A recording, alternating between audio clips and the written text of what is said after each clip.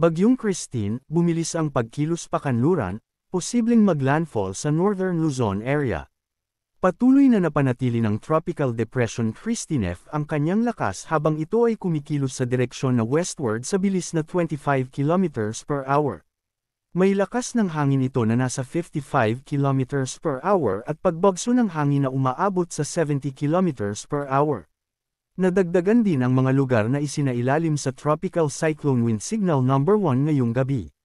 Ang mga lugar na nasa Signal No. 1 ay silangang bahagi ng Isabela, timog silangang bahagi ng Quirino, timog bahagi ng Nueva Vizcaya, Aurora, Hilaga at silangang bahagi ng Quezon kabilang ang Polillo Islands, Marinduque, Camarines Norte, Camarines Sur, Catanduanes, Albay, Sorsogon, Masbate kabilang ang Ticao at Burias Islands, Eastern Samar, Northern Samar, Biliran, Leyte, Southern Leyte, Dinagat Islands, at Surigao del Norte kabilang ang Siargao Bucos Grande Group.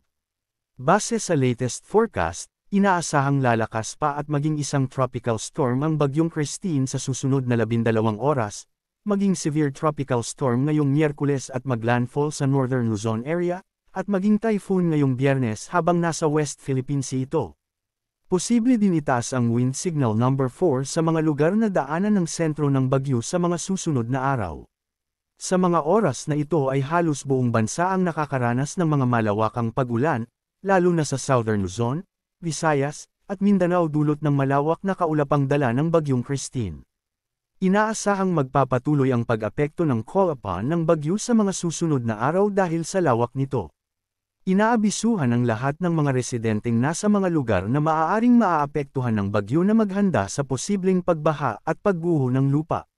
Maaari pang magbago ang forecast kaya mag-antibay sa mga susunod na updates.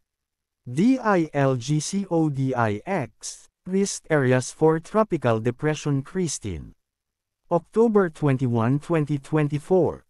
Tropical Depression Christine F. Alert Level Alpha, Abra, Albay, Apayao, Aurora, Bataan, Batanes, Batangas, Benguet, Biliran, Bulacan, Cagayan, Camarines Norte, Camarines Sur, Catanduanes, Cavite, Cebu, Dinagat Islands, Eastern Samar, Ifugao, Ilocos Norte, Ilocos Sur, Iloilo, Isabela, Kalinga, La Union, Laguna, Leyte, Marinduque, Masbate, Metro Manila, Mountain Province, Northern Samar, Nueva Ecija, Nueva Vizcaya, Occidental Mindoro, Oriental Mindoro, Pampanga, Pangasinan, Quezon, Quirino, Rizal, Romblon, Samar, Sorsogon, Southern Leyte, Surigao del Norte, Surigao del Sur, Tarlac, Zambales. Diameter, 550 km from forecast track.